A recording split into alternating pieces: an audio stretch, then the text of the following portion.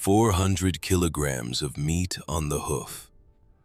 That is how much an adult musk ox weighs, and the meat of this animal can feed an entire Arctic village for several weeks. But obtaining it is nothing like grabbing meat from the freezer at a supermarket. It hides skillfully, is always on alert, and is incredibly resilient. Finding its trail takes more than just skill. It requires experience, patience, and luck. That is precisely why we leave the village before dawn, when only a gray strip of light is beginning to spread above the horizon. The snow crunches underfoot so loudly that it seems as though the entire tundra can hear our steps. Beside me are two hunters, Akik and Miksa. It is around 6 o'clock in the morning. The temperature is -32, and the wind stings the face so sharply that the skin begins to go numb after just a few minutes. But they seem not to notice the cold at all. Akik walks ahead, his silhouette nearly dissolving in the pre-dawn gloom, only his dark parka standing out against the snow. Miksa moves alongside, each of his steps precise and measured, as though he knows every bump on this endless whiteness. Suddenly, Akik stops and points at the snow. "A muskox track, from yesterday," he says quietly. I look where he is pointing and see only a few indentations on the surface. To me, it is nothing, just irregularities, of which there are thousands here. But for them, these are not mere indentations. They are an entire story written in the snow. Akik crouches down, passes his hand over the track without touching it, as though reading an invisible text. "It went that way, toward the northern hills," he says, pointing toward a barely visible ridge on the horizon. "It was walking unhurriedly, stopped here to eat. See how the snow is dug up? Every track is a clue for them. They know with absolute certainty which direction the muskox was heading, how fast it was moving, where it stopped to dig through the snow in search of dry grass, whether it was alone or in a group." Miksa bends down to another track a short distance away and shakes his head. "A female," he says. "Lighter, the track is smaller. That means a herd." I realize that my entire life I have walked past tracks like these without seeing any meaning in them whatsoever. Yet for these people, every indentation in the snow is like a letter in the book of nature. We continue following the tracks, crossing the boundless tundra. Our breath freezes in the air, leaving clouds of vapor that instantly crystallize into tiny ice particles on the edges of our hoods. Every few hundred meters, Miksa drops to one knee and studies the surface of the snow, scanning it with his gaze. "Fresh," he says after some time. "There is only a very thin layer of new snow on top, which means they passed through recently, possibly last night." I just nod, trying not to fall behind and not to break their concentration. "Do you hear that?" Akik suddenly stops, raising his hand. We freeze. I listen intently, straining my hearing, trying to catch anything beyond the whistle of the wind. Cawing, somewhere ahead, beyond that ridge. "Ravens," he explains without turning his head. "If they are here, it means prey is nearby too. They always stay close to food, near large animals, hoping for leftovers." I peer into the distance and indeed see several black silhouettes circling high in the gray sky. This is ancient navigation, I realize. Instead of satellite signals and GPS, these people read the language of birds, wind, and snow.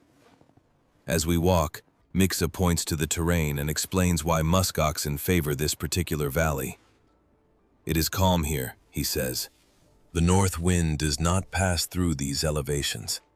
They protect against the fiercest gusts. And even in a severe blizzard, it is easier for the animals to survive here, as the wind does not blow away all the vegetation."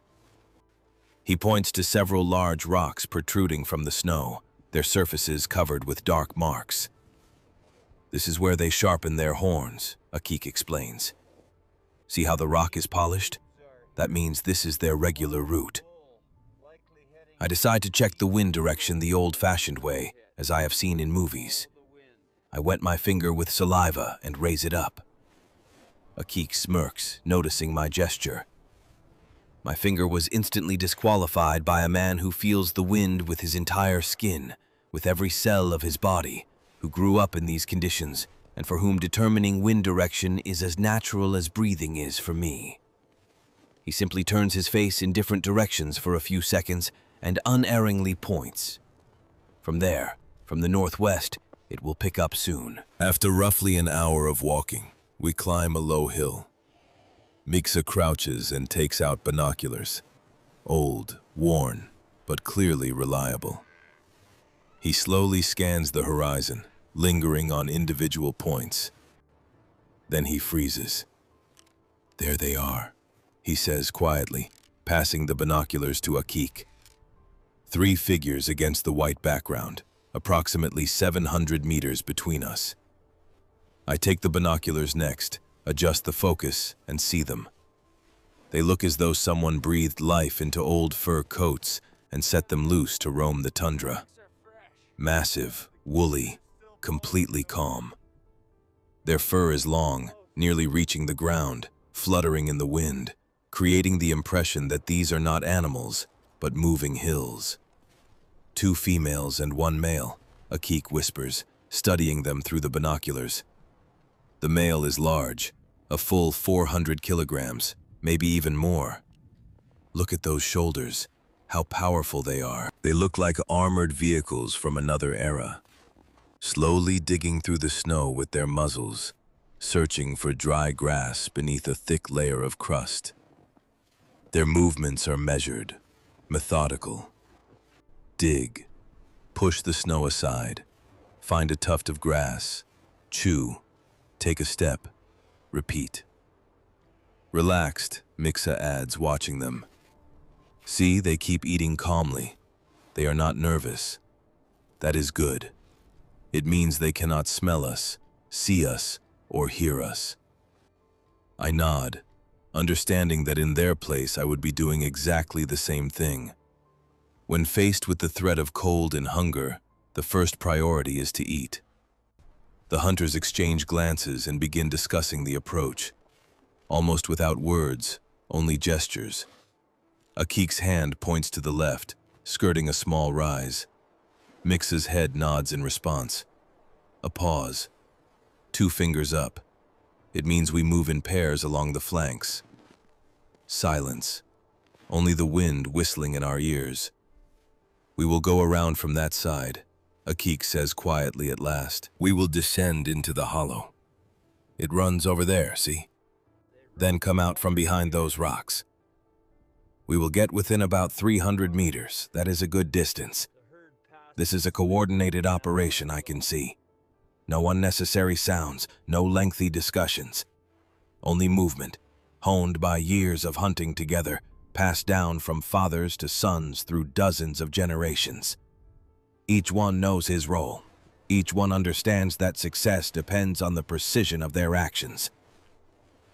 The wind suddenly shifts direction slightly, turning even more to the west. We are lucky, Mixa notes, checking it once more. It is blowing from us toward the north. They will not hear us, will not catch our scent. My nose stopped being able to feel anything long ago in this cold, yet these 2 read the wind with the skin of their faces, knowing its every change. While we prepare to begin the approach, the musk oxen continue methodically digging through the snow. The male occasionally raises his massive head, shakes it, and his enormous curved horns gleam when the faint light catches them. Then he lowers himself back to the ground, completely focused on eating, as though the rest of the world has ceased to exist. One of the females moves slightly to the side, digging her own hole in the snow. The second remains near the male. Check the gear, Akik commands quietly, and the ritual of preparation begins. We start with the most important thing, the rifles. They lie before us on the snow, wrapped in protective covers. Smooth, reliable. designed not for hunting ducks or hares, but for an animal weighing half a ton, with a thick skull and a hide capable of absorbing the energy of impact. There is no room for mistakes here. There is only one chance.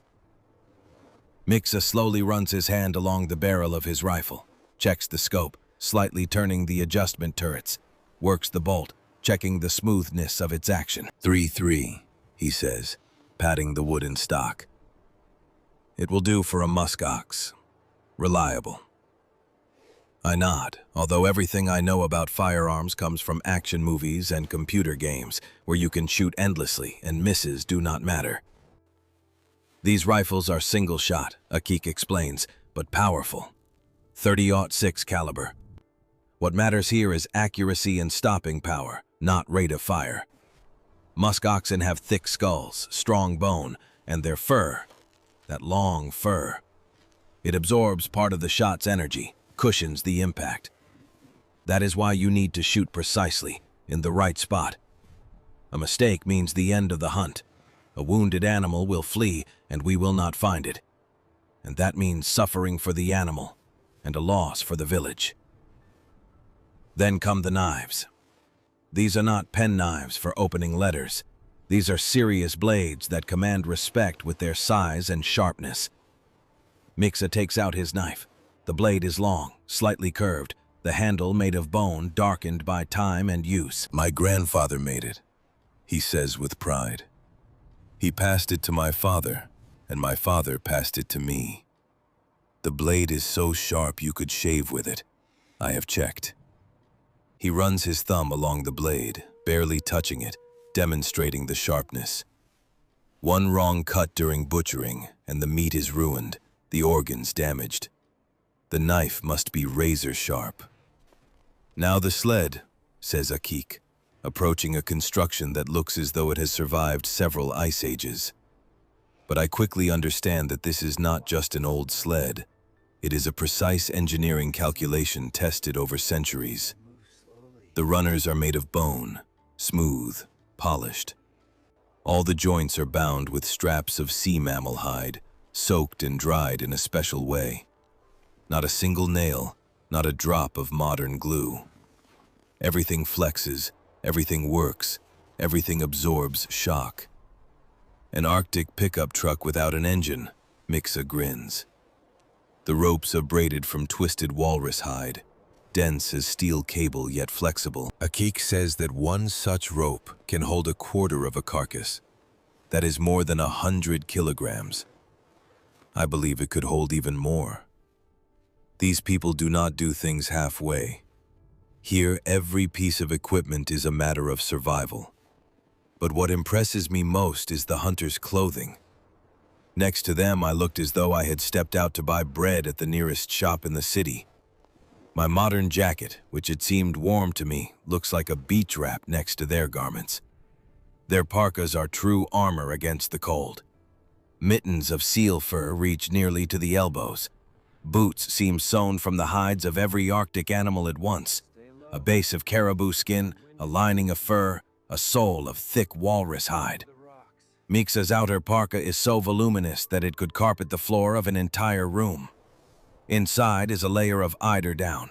Outside is caribou fur, and the hood is trimmed with wolverine fur, which does not frost over from breathing. Every detail is thought through.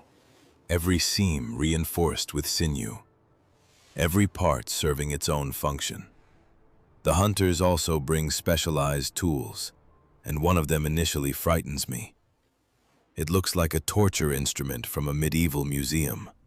Long, heavy, with teeth along the blade. This is a bone saw, Akik explains, lifting the tool. A serious thing.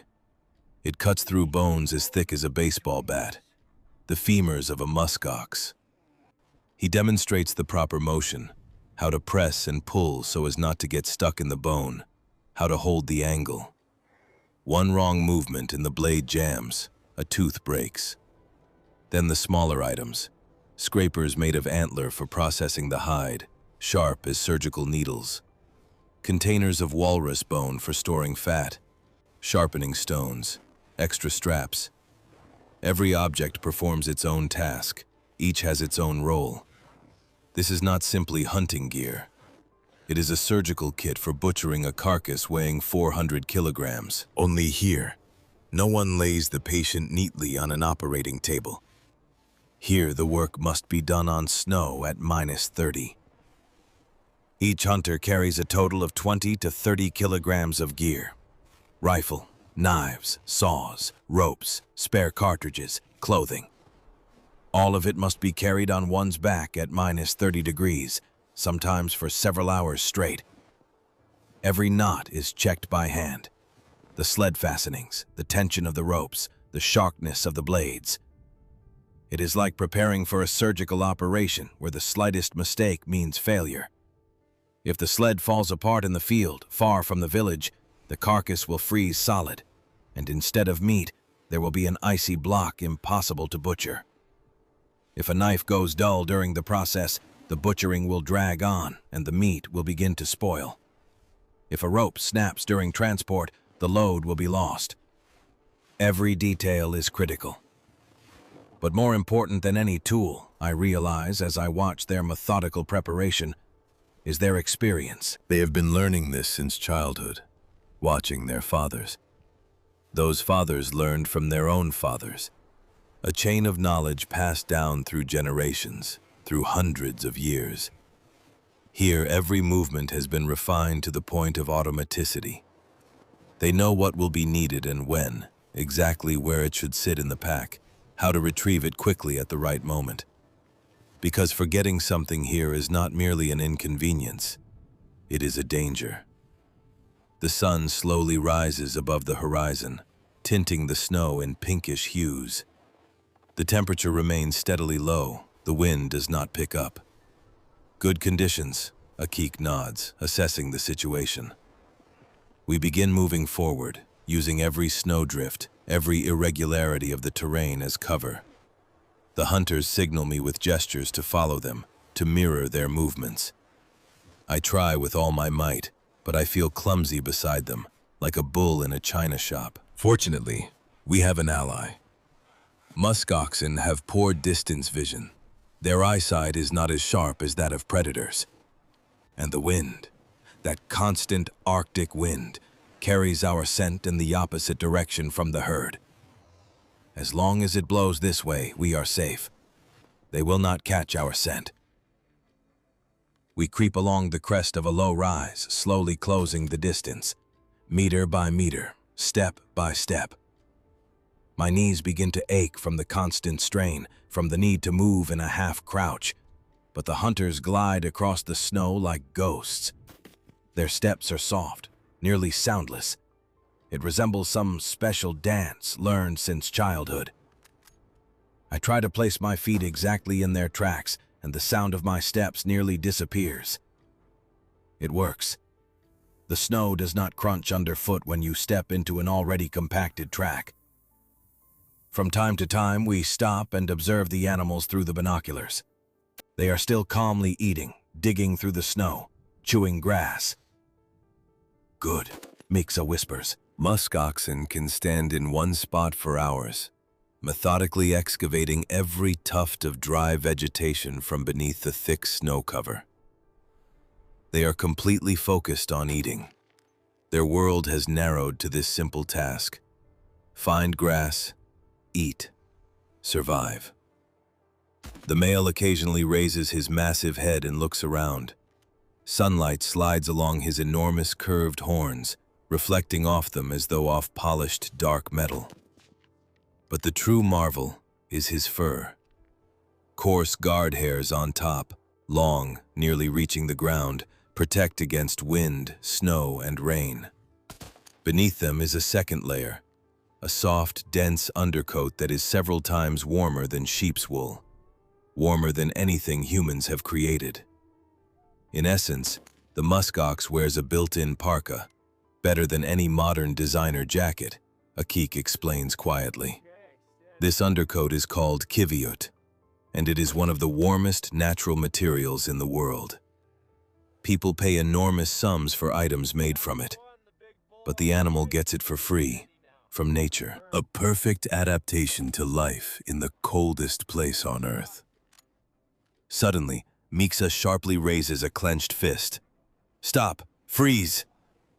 We turn into statues. One of the females has raised her head, stopped eating, become alert.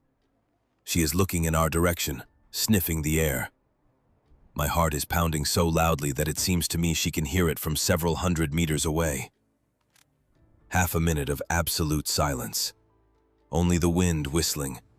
Only my breathing, which I am trying to make quieter. Then the female slowly lowers her head and returns to eating. A false alarm. Probably just instinct, ordinary caution. The hunters exchange glances, share barely perceptible nods. We continue. They have their own silent sign language. One finger up means freeze and stay in place. A hand gesture to the side means change position, move that way. 2 fingers down, get lower, crouch. No words, only signals honed by years of working together. We continue closing in. The distance shrinks. 600 meters, 500, 450. Now we can already hear the sounds the animals make. Hooves scraping against the hard crust, breaking through the icy shell. Quiet snorting as they exhale. The sound of chewing. At this distance, the male looks even more imposing than through the binoculars. This is not simply a large animal. It is a living fortress on 4 legs. The shoulders are massive, pure muscle beneath thick hide. The head is enormous, heavy, like a tank turret. He stands motionless between the 2 females, like a living fort guarding his territory. The horns curve downward, then upward at the tips, sharp, dangerous. A single blow from such a horn could pierce a person clean through. The tension grows with every step we take forward. The hunters silently begin spreading apart, establishing the correct angles for shooting. The key is not to interfere with each other, not to cross lines of fire, so that in the event of a miss, the bullet goes into the snow rather than into a partner. One mistake here, and the consequences could be fatal. The wind shifts direction again, turning slightly. We instantly freeze, not even breathing. If it blows the wrong way, our scent will fly straight toward the herd. Then it is all over. They will bolt and run faster than we can fire. Although these massive beasts look like slow-moving sacks of hay on legs, they are capable of reaching speeds of up to 60 kilometers per hour. When 400 kilograms of muscle decide to run, there is no stopping them. But these animals have survived in the Arctic for more than 1,000 years for good reason. They outlasted the Ice Age, outlasted wolves, outlasted bears. They have excellent instincts. This is not a hunt for a solitary animal, I realize, listening to the hunter's quiet instructions. It is the management of an entire group's behavior. Musk oxen are social animals. They stay together. If one becomes frightened and runs, all the others will automatically follow. That is why the hunters cut off their potential escape routes, positioning themselves to control the situation. Akik on the right, Mixa on the left, me behind. My role is utterly simple. Stand absolutely still, do not move, and do not ruin what they have been so carefully planning for the past 2 hours. 300 meters. The hunters slowly, very slowly, raise their rifles to their shoulders. Every movement is calculated. There is no rush. Haste is the enemy here. They press the stocks against their shoulders, settle in, find the target in their scopes. I see fingers settle onto triggers. Breathing slows, becomes shallow. The most important thing right now is stillness and precision. The male continues eating calmly, suspecting nothing. His head is lowered. He is digging through the snow with his muzzle, completely focused on the tuft of grass before him. Mixa aims just behind the front shoulder blade, where beneath the thick hide lies the heart. Akik holds the head in his crosshairs, in case the first shot does not stop the animal instantly.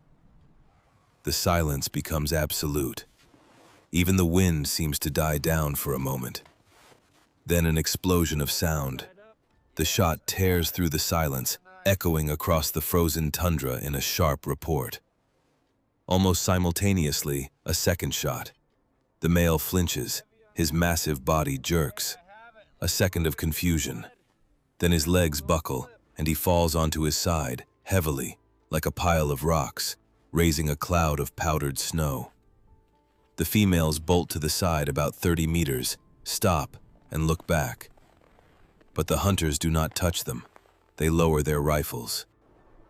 "We only need the male," Akik says.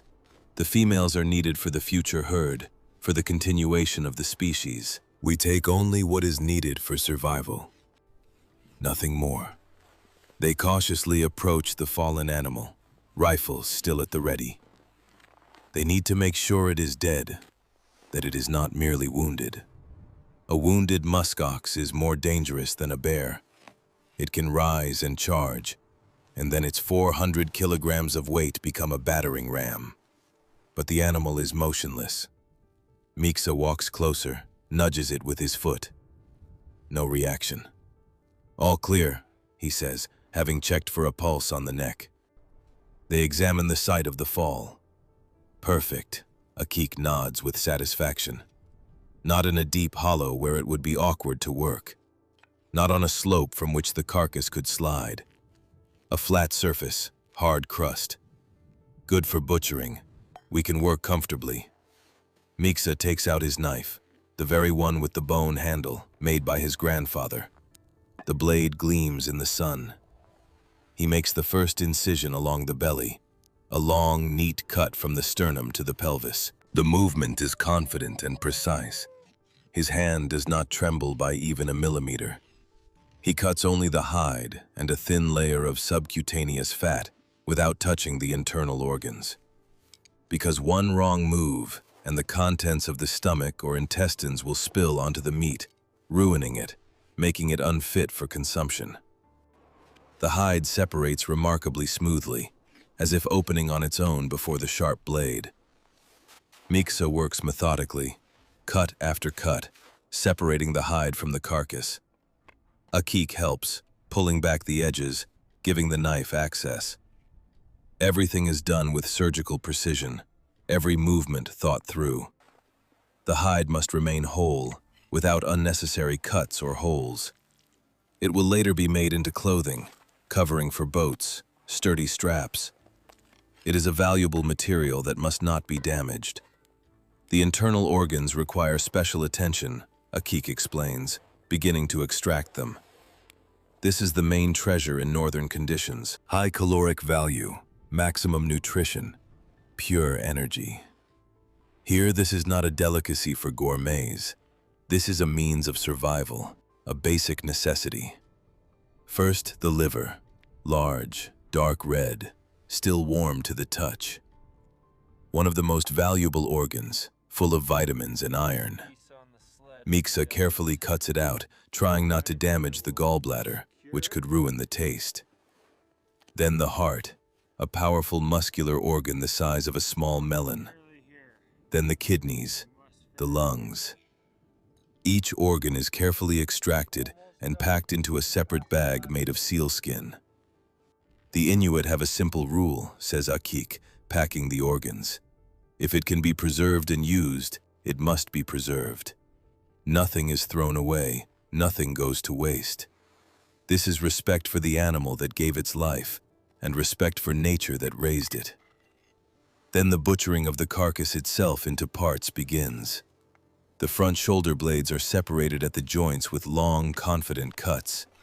The hindquarters, the haunches, the greatest amount of meat.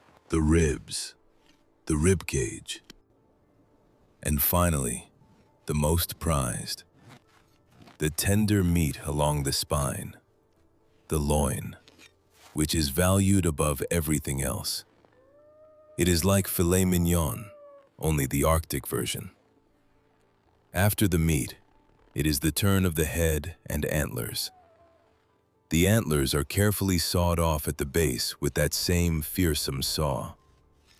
They will be used for making tools, scrapers for processing hides, tips, ornaments. The skull is also used. In traditional ceremonies or for practical needs, parts of tools are made from the skull bones. Every element receives a second life. The bones are extracted with particular care. Large femoral and humeral bones will be used for knife handles, for runners on small sleds. Small bones from the legs and feet are perfectly suited for making needles, awls, fishing hooks. The bone marrow inside the long bones is a separate treasure. It is pure fat, Mixa explains, splitting one of the femoral bones. Very high in calories, easily absorbed by the body. The best fuel for a person in the cold. 1 gram of fat provides 9 calories of energy. That is twice as much as carbohydrates or proteins.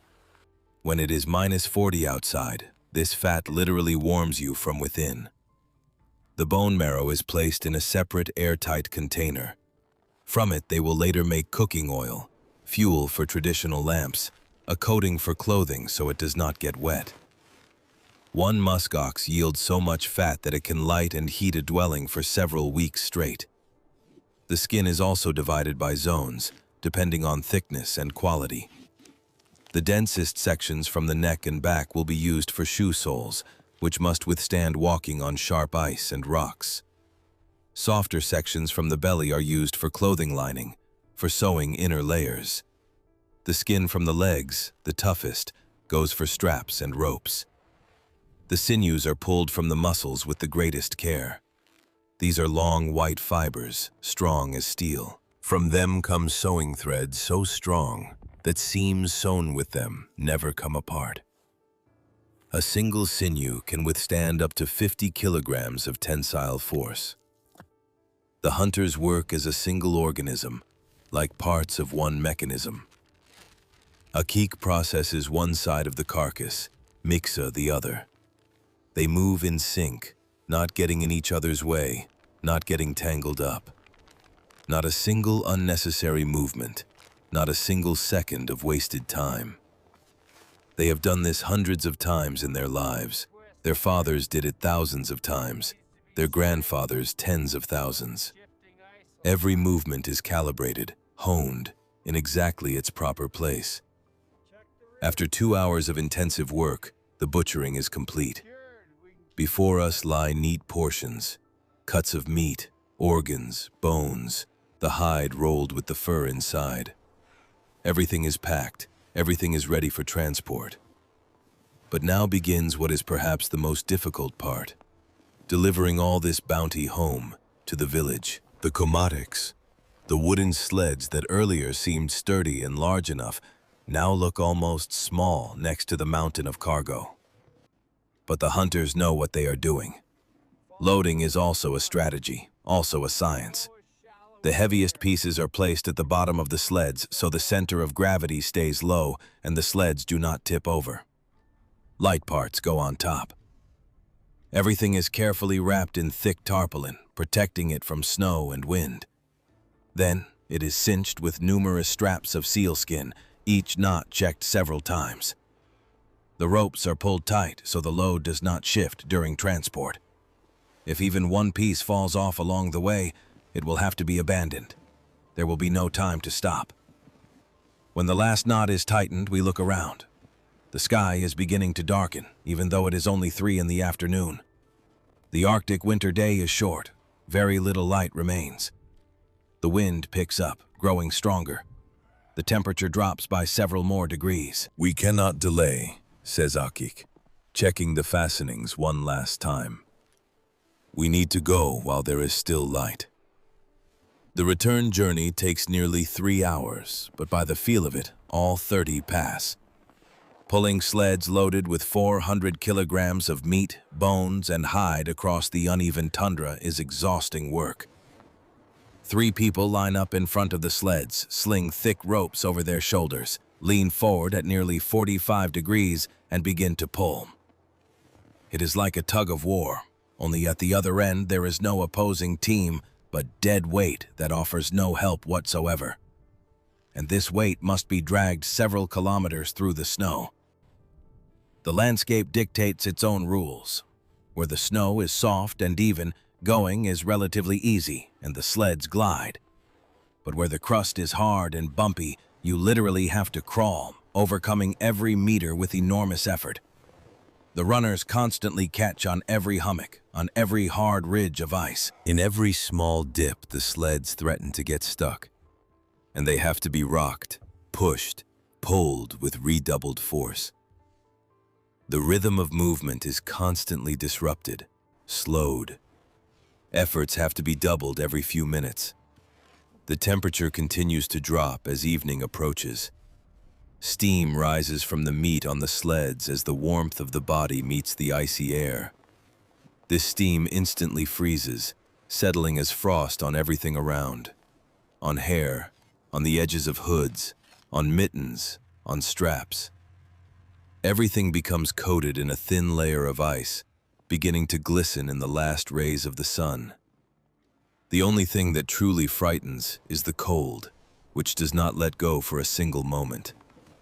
It penetrates through all layers of clothing, reaching the skin, reaching the bones.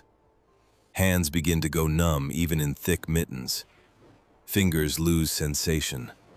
The face burns from frost and wind.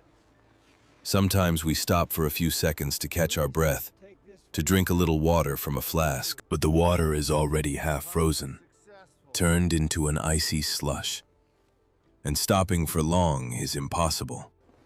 When you stop moving, the cold instantly chills you to the bone. The body begins to cool. Movement is life.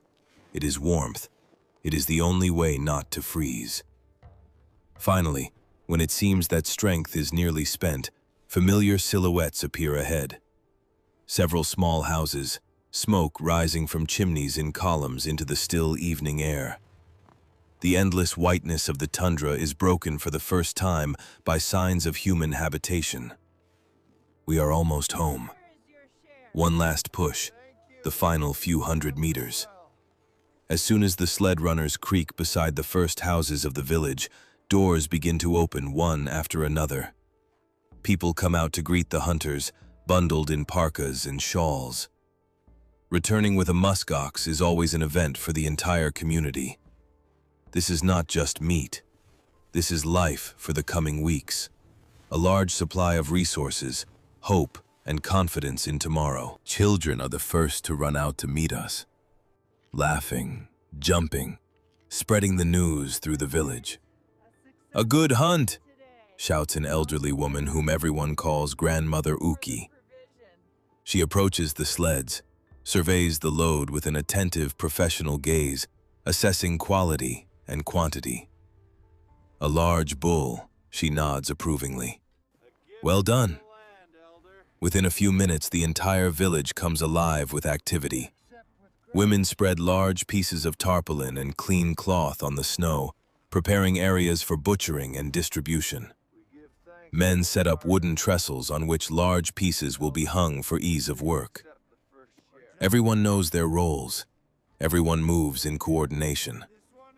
The first cuts go to the elders, Akik says quietly, beginning the distribution. This is an unshakable tradition. The oldest members of the community approach first, slowly, with dignity. They choose carefully, without hurrying. The best parts, the most tender meat along the spine, choice ribs. They do not rush. They have earned this right through their years of life and experience. Then each hunter is allotted a worthy share for their labor and risk. Miksa and Akik receive large cuts, which they wrap in clean cloth and tie with ropes. This will be enough for their families for a week, perhaps even 10 days, if used sparingly. Special attention is given to the bones, which in Arctic conditions are valued almost as much as meat. One of the women takes the broad shoulder blades. For drums, she explains to me with a smile. From them, they make the base for traditional drums used in ceremonies and celebrations. The sound is deep, resonant. Other families choose the long, dense leg bones. They will be used for tool handles, knives, scrapers, harpoons. Small bones are passed to craftspeople who specialize in fine work. From them will be made sewing needles, awls for piercing leather, small ornaments. Every bone fragment has its own future, its own role. The hide is stretched on a large wooden frame, brought out from one of the houses. Several people work together, pulling the skin evenly from all sides, securing it with bone pegs.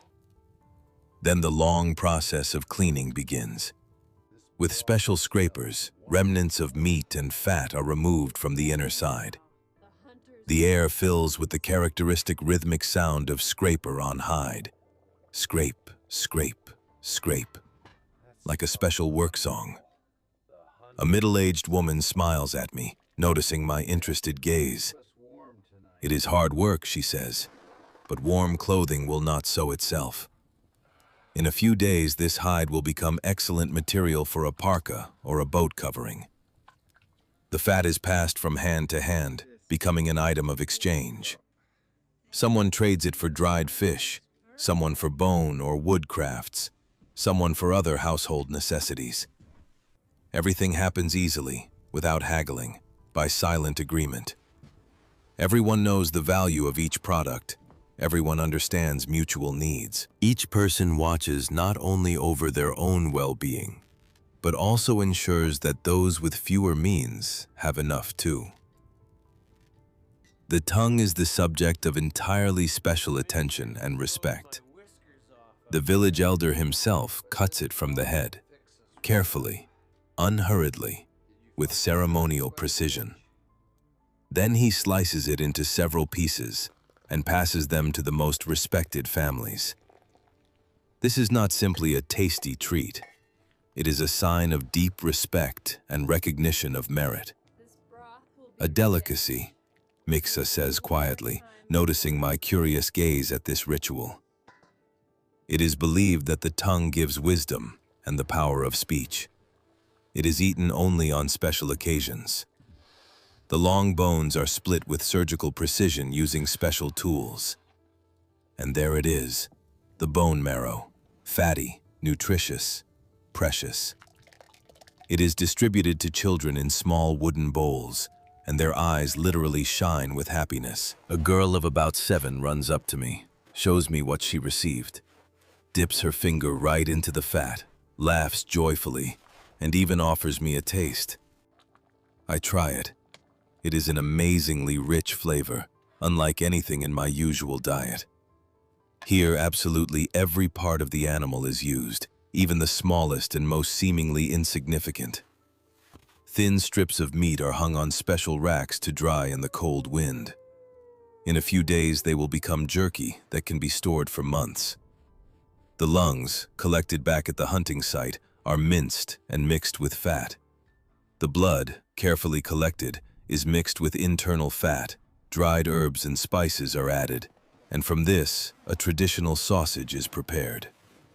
Children dart among the adults, deftly weaving through legs and arms, trying to sneak an extra morsel while no one is looking. Resourcefulness and enterprise in children are absolutely the same everywhere, regardless of culture and continent. Only here, the coveted treats are not candy and chocolate, but a piece of dried fat or a scrap of meat prepared for further drying. The bones intended for cooking nutritious broth are stacked in a neat pile beside the large fire pit in the very center of the village. Every resident knows, tomorrow they will be boiled in enormous pots, and the result will be a thick, hot broth that will warm everyone during the coldest days of the coming week. The sun slowly sinks below the horizon, its last rays painting the snow in incredible shades of pink and orange. The light becomes soft, almost unreal, reddish. And as long shadows stretch across the snow-white surface, it becomes absolutely clear. The enormous bull we encountered alive this morning in the cold tundra has now been completely transformed into food, into clothing, into tools, into warmth. into life itself for this small community. Families begin loading their shares onto small personal sleds. Some carry cuts of meat on their shoulders. Others drag them behind on a rope. People slowly disperse to their homes, lit from within by the warm yellow glow of lamps. Each one carries a week's worth of proper food, materials for important work, resources for trading for other necessary things. The last thing I notice before it grows completely dark: smoke rising from the chimneys of every house.